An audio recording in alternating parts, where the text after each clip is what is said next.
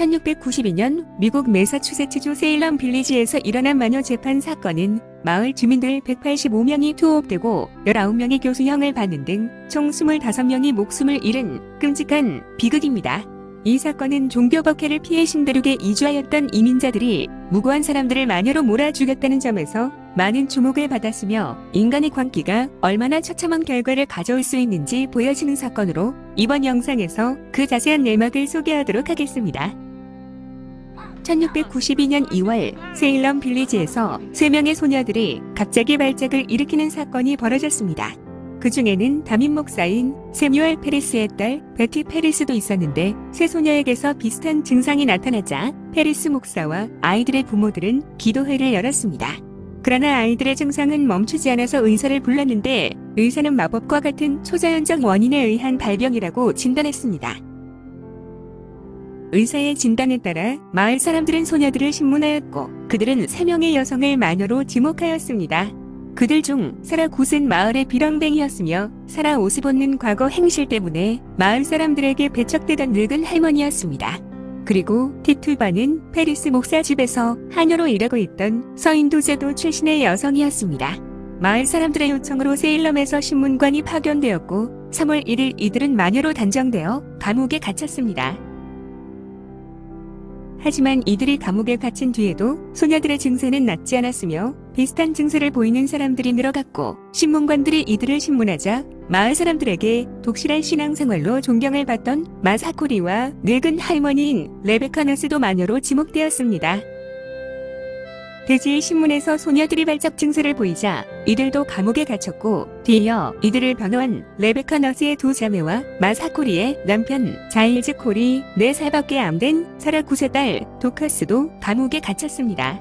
그리고 엘리자베스 프록터도 마녀로 지목되었으며 그녀를 변호하던 남편 존 프록터도 악마의 사주를 받은 혐의로 체포했습니다.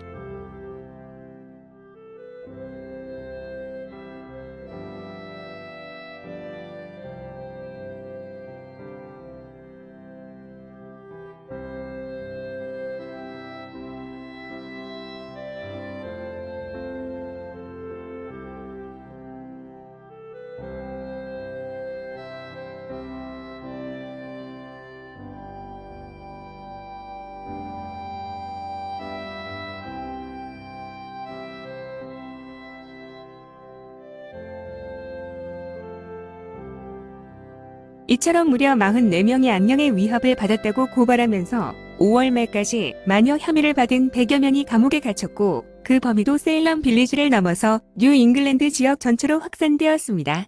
당시 뉴 잉글랜드는 1688년 영국에서 명예혁명이 일어나자 제임스 2세가 임명한 총독을 몰아낸 상태여서 합법적인 재판부를 구성할 수 없었고 그런 상황에서 사라 오스본과 사라 굿의 갓 태어난 딸은 재판도 받지 못한 채 감옥 안에서 죽었습니다. 1692년 5월 중순 새로 뉴 잉글랜드의 총독으로 부임한 윌리엄 픽스는 부지사인 윌리엄 스타우턴을 재판장으로 하여 세일럼과 보스턴 출신의 7인의 재판관으로 특별 재판부를 구성하여 심리에 착수했습니다. 재판 결과 이미 1680년에 마녀 혐의로 체포된 바 있는 브리짓 비숍이 유죄로 인정되어 사형이 선고됐고 6월 10일 교수형이 집행되었습니다. 6월 19일 5명이 처형되었고 8월에 5명, 9월에도 8명이 마녀로 몰려 교수형을 당했습니다.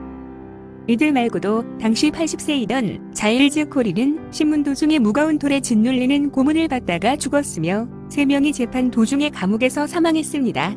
재판은 악령에 시달렸다는 소녀들의 증언에만 의존해서 이루어지는 등 매우 공정하지 못하게 이루어졌으며 청교도 지도층의 부인들까지 마녀로 지목될 정도로 뉴 잉글랜드 전체의 커다란 혼란을 불러왔습니다.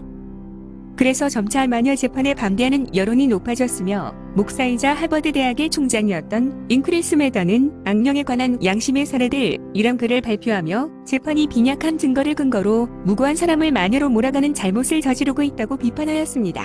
그 결과 1692년 10월 윌리엄 픽스 총독은 재판의 중지를 명령하였고 1693년 1월 기존의 재판부를 해산하고 새로운 재판부를 구성해 재판이 속개되었으며 대부분 무혐의로 풀려났습니다. 그리고 5월 핍스 총독은 이미 유죄 판결을 받은 사람을 포함해 감옥에 갇혀있던 사람들을 모두 풀어주고 사건을 종결하였습니다.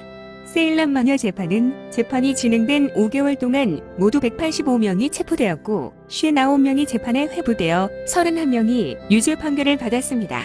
그 가운데 19명은 교수형을 당했고 1명은 고문으로 죽었으며 사라 9세 갓 태어난 딸을 포함해 5명이 감옥에서 죽었습니다.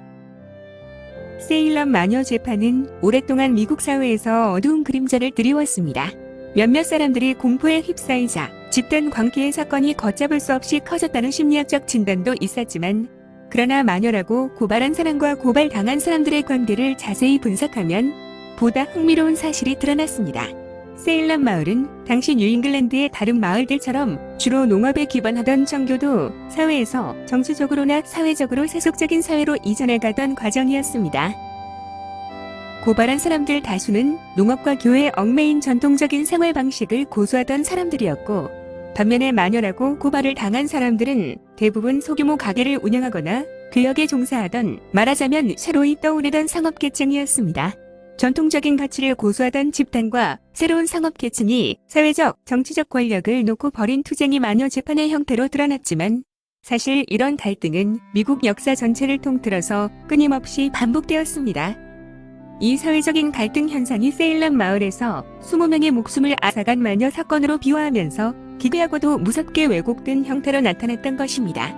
세일럼의 마녀 재판은 사회 가치를 둘러싸고 벌어진 공포스럽고도 극적인 우화로 남았고, 다수에 대한 그릇된 정치적 공격을 마녀 사냥이라 일컫는 것도 이 사건에서 비롯되었습니다.